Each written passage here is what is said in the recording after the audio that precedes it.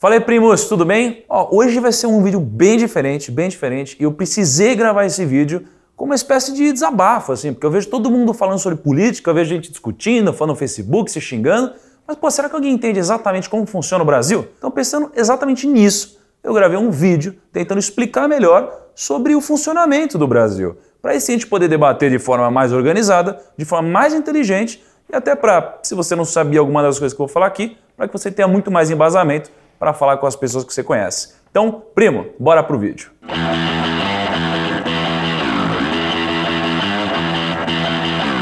Antes de mais nada, se inscreve aqui embaixo, que é muito importante para eu entender se esse conteúdo é relevante para você, até porque é um vídeo diferente aqui dentro do canal, então eu queria saber se você se identifica com isso. E deixa um comentário para eu entender se você gosta, tá bom? Vamos direto. Primo, muitos de vocês já devem saber, né, porque a gente estudou desde o ensino fundamental e etc, mas basicamente o sistema político brasileiro é separado em três partes: o executivo, o legislativo e o judiciário. Parece complexo, mas tudo vai ficar muito mais simples quando eu ter uma explicação. Essa separação, primo, ela foi feita basicamente porque você imagina deixar todo o poder de qualquer lugar do mundo na mão de um único, sei lá, ditador. Não, a gente precisa descentralizar isso. Por isso que foi criado, né, o executivo, igual eu falei, o legislativo e o judiciário, para que a gente não tenha tudo centralizado na mão de uma única pessoa, que às vezes pode estar muito mal intencionada. Mas até aqui, tudo tranquilo, né? Para a gente poder aprofundar um pouquinho mais a discussão,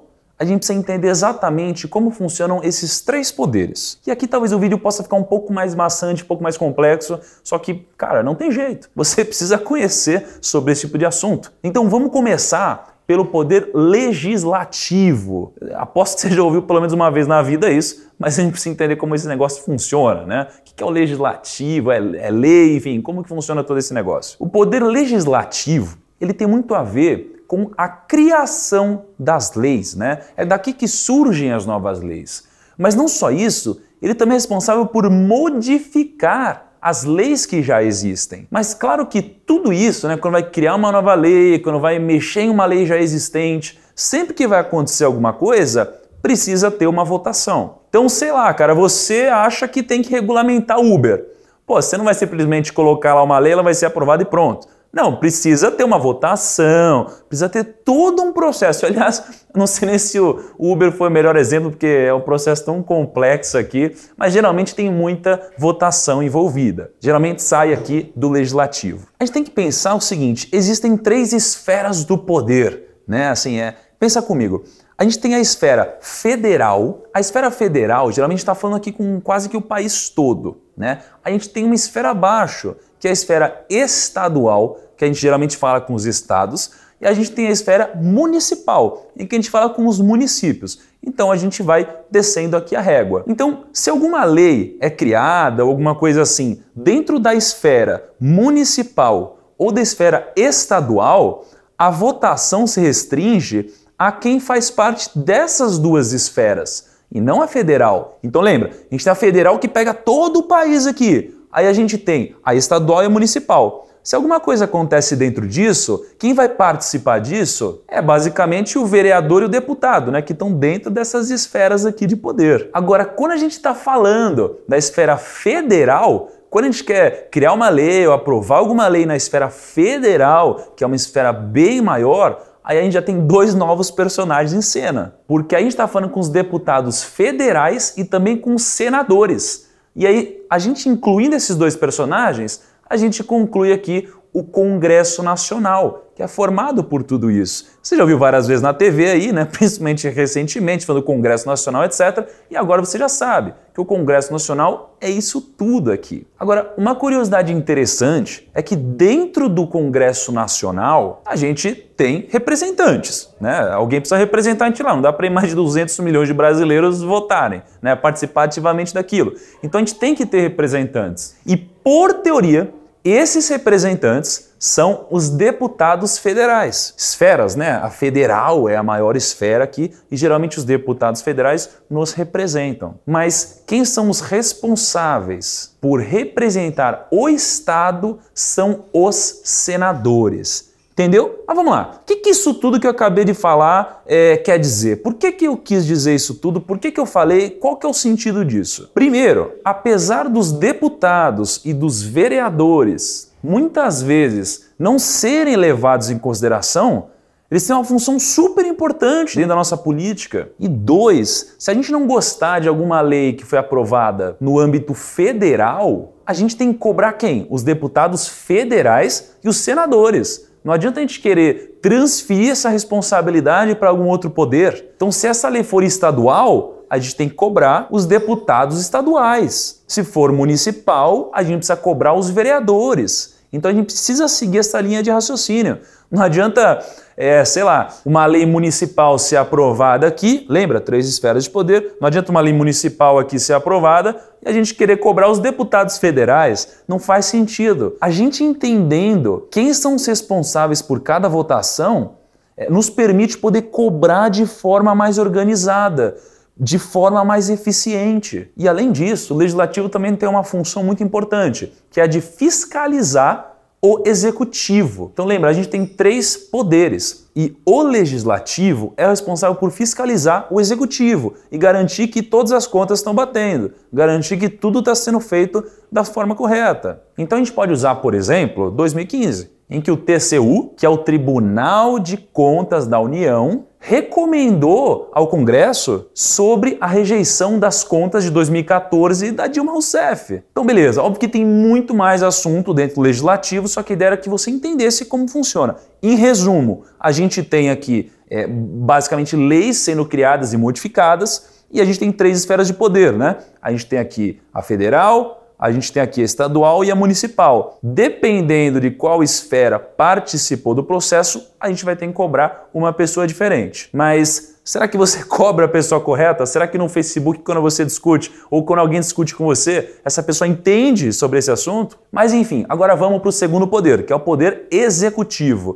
E primo, se prepara porque no final desse vídeo eu vou fazer algumas críticas bem fortes sobre o sistema e que basicamente é o que está me deixando puto. O poder executivo é basicamente o seguinte: pensa que o legislativo foi lá e criou lei, mudou lei, etc. O executivo vai ser o responsável pelo cumprimento disso tudo. Ele não só vai executar, né, todas essas leis, como ele vai garantir que elas vão ser cumpridas. Pelo menos na teoria, né? Agora, já tem uma diferença muito grande entre o legislativo e o executivo. O legislativo tem uma cacetada de representante. Agora, o executivo tem só um representante dentro de cada esfera. Então a gente tem o presidente, né, na esfera federal, claro, todo mundo conhece o presidente. A gente tem o governador, que é o representante na esfera estadual. E a gente tem o prefeito, que é o representante na esfera municipal. No executivo é um pouco mais simples, né? A gente tem uma única figura por cada esfera de poder. E justamente pelo fato de, no executivo, a gente ter poucos representantes, é que a gente tem uma série de posições ali à margem, né, dessas figuras representativas. Então a gente tem um monte de secretário, a gente tem um monte de ministério, né, a gente tem um monte de gente ajudando ali meio que como backup. Por teoria, esses são os que vão auxiliar esses representantes a executarem as funções deles. É por isso que geralmente quando o presidente assume o cargo dele, ele começa a nomear alguns ministros que vão basicamente servir como braços direitos ali para cada função. E assim como os governadores e os prefeitos começam a indicar as secretárias, enfim, o pessoal que vai ajudar eles. Por isso que os nomes como, sei lá, um Henrique Meirelles são tão importantes.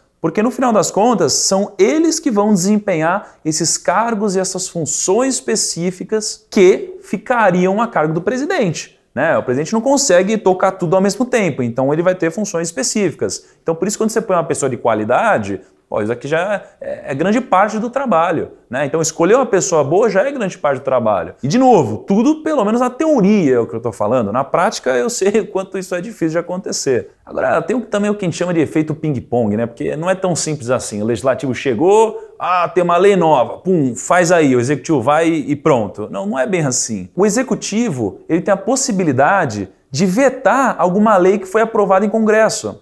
Mas, ao mesmo tempo, o executivo pode instituir uma medida provisória que vai entrar no mercado, enfim, no país, imediatamente. Mas olha que louco, ao mesmo tempo, o Congresso também pode vetar uma medida provisória. Então, é aquele vai e volta, enfim. É difícil você ter uma harmonia nesse sentido. Por isso que, igual você vê muito no House of Cards, né, enfim, dos noticiários, etc., é que é importante que exista uma harmonia entre o Poder Executivo, né, entre o Presidente da República, etc., e o Poder Legislativo. Porque senão, se você não tiver harmonia, nada é aprovado. Então acontece igual que a gente viu no final do mandato da presidenta Dilma, né? Às vezes ela queria até instituir algumas coisas, mas nada passava pelo Congresso, porque ela não conseguia governar. Por isso que quando a gente fala de esse cara é político, eu sou político, não sei o que lá, por isso que isso aqui tem muito a ver com tratar as pessoas bem, conhecer todo mundo, etc. Porque se você não faz isso na política, você não consegue fazer com que, sei lá, que o Congresso aprove o que você quer e vice-versa, né? E geralmente tudo funciona à base de favor. Então é difícil, né? Alguém conseguir uma coisa de graça na política. Então, pô, se você quer a minha aprovação aqui, lá na frente você vai ter que me devolver aprovando sei lá o que é bom para mim e não para você. Então, isso é política, sabe? Isso torna a nossa política muito complexa. Comece a entender como isso daqui dá margem para corrupção, começa a dar margem para favores, começa a dar margem para um monte de coisa. Mas, de novo, né? Não defendendo ali o que não passou que a Dilma tentou aprovar, porque não sei até que ponto isso daqui não foi até bom, né, de não ter passado. Mas vamos lá. Então a gente falou do poder legislativo, que é onde você cria as leis, é onde você modifica as leis. A gente falou do executivo, em que ele faz as leis serem cumpridas, né, basicamente. E agora a gente vai falar do poder judiciário. Então o poder judiciário é basicamente o poder que vai julgar as possíveis infrações que possam ocorrer em função dessas leis que foram criadas e estão sendo executadas e cobradas pelo Poder Executivo. O Poder Judiciário tem algumas diferencinhas, porque ao invés de ele ser separado por esferas, né, igual eram nos outros casos, que a gente tinha estadual, federal, estadual, municipal, aqui ele é dividido de outra forma. Ele é dividido por matérias, que são basicamente os diferentes ramos em que a justiça atua. Então, geralmente a gente tem a justiça comum, né? A justiça comum e a justiça federal. A gente tem a justiça eleitoral, a justiça do trabalho e a justiça militar. E cada uma dessas matérias que eu acabei de citar são separadas em 3 instâncias, em que geralmente a terceira instância é sempre o Tribunal Superior. Então, se a gente está falando do eleitoral, geralmente é o Tribunal Superior Eleitoral. Se a gente está falando federal, é o Tribunal Superior Federal, né? Geralmente é assim que se dá o nome. Então, a terceira instância é essa. Mas as instâncias superiores, né, que é quando vai subindo o negócio, eles ficam sempre sob a supervisão do STF. Já deve ter ouvido bastante falar no STF recentemente, principalmente pelos escândalos, né?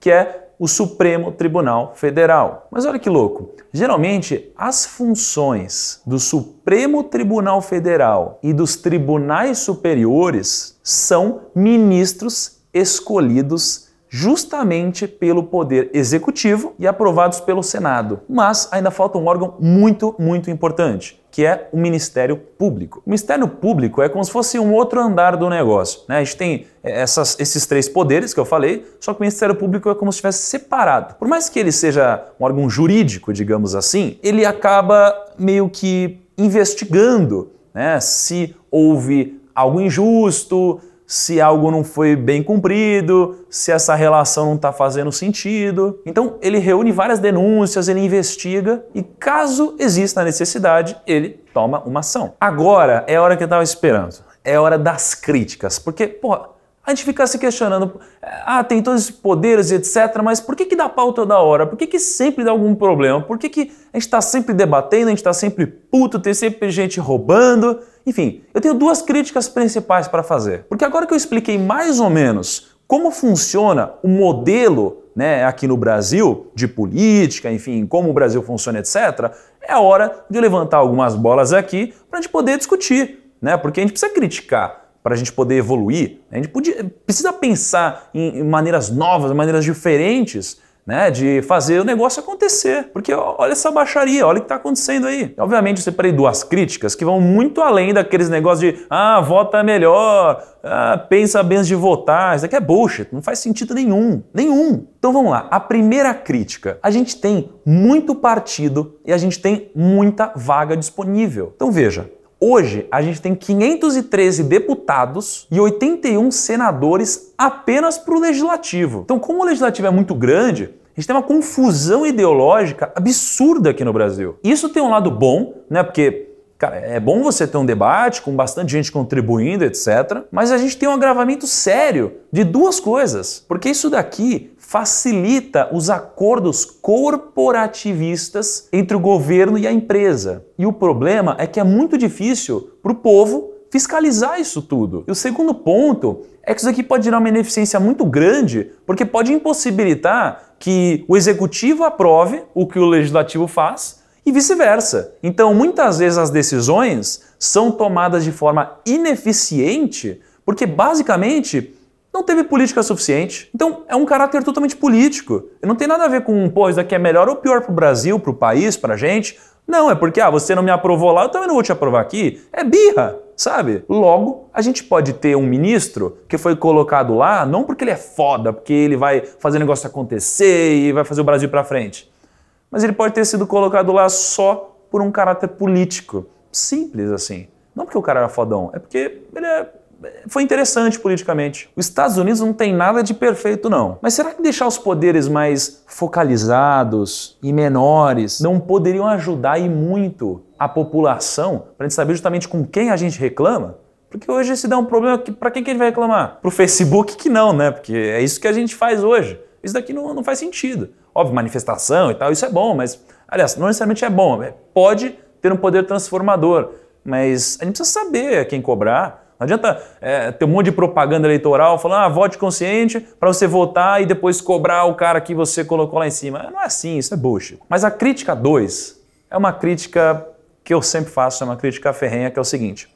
Será que a democracia é o melhor sistema político? Muitos de nós estamos acostumados, desde quando a gente nasceu, na escola, etc., né, a ouvir que a democracia é o melhor sistema de governo já inventado. Porque, afinal de contas, é um sistema que dá poder ao povo, e não uma figura política única. Mas será mesmo que da forma como a democracia é executada hoje, ela dá mesmo mais poder para a gente? Será que é a melhor forma de governo atualmente? Então, eu queria até trazer para a discussão aqui, não se assuste, uma figura icônica na história do mundo, que é Sócrates. Apesar de ter sido um dos grandes responsáveis aí, né, pela criação da história do mundo como a gente conhece hoje, ele sempre foi um crítico ferrenho da democracia. No livro 6, né, do conjunto de livros The Republic of Plato, ele fala de uma conversa entre Sócrates e Adeimantos. E Sócrates estava basicamente apontando alguns erros da democracia, comparando a sociedade com um navio. Então, para resumir toda essa história aqui, né, de Sócrates, eu vou pegar basicamente um trecho, né, de uma frase. Aliás, eu vou perguntar para você,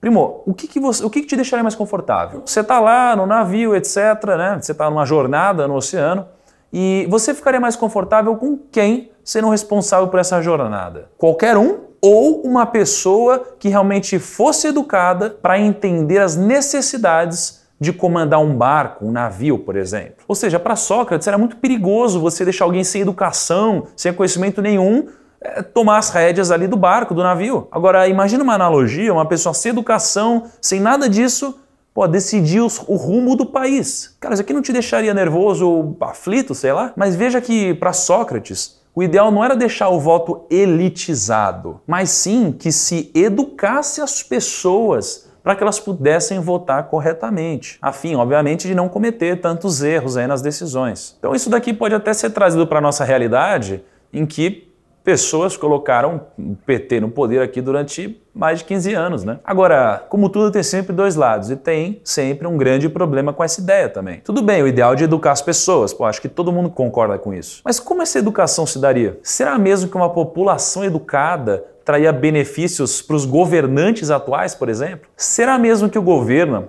estaria interessado em dar essas bases de conhecimento para os eleitores? Para dar essa base de pensamento democrático para a população? Eu não sei vocês, mas eu ficaria muito desconfiado se isso acontecesse, seja lá qual fosse o motivo. Bom, primos, espero que você tenha curtido esse vídeo um pouquinho diferente. A gente não falou muito sobre finanças, mas eu diria que isso aqui talvez fosse uma grande base, né, para o Brasil. Então, já que a gente investe o dinheiro aqui, a gente precisa ter conhecimento sobre isso, a gente precisa debater sobre isso, mas com muito mais inteligência, com muito mais profundidade, não de uma forma rasa, igual eu vejo as pessoas falando no Facebook de uma forma ridícula. Então, espero que você tenha curtido o vídeo. Se você curtiu, pô, não esquece de curtir, porque isso é muito importante para eu entender, né, o feedback desse vídeo. Deixa um comentário se você também tiver alguma dúvida, que eu vou me esforçar para responder todos eles, tá bom? Um abraço, espero você no nosso próximo vídeo. Até lá!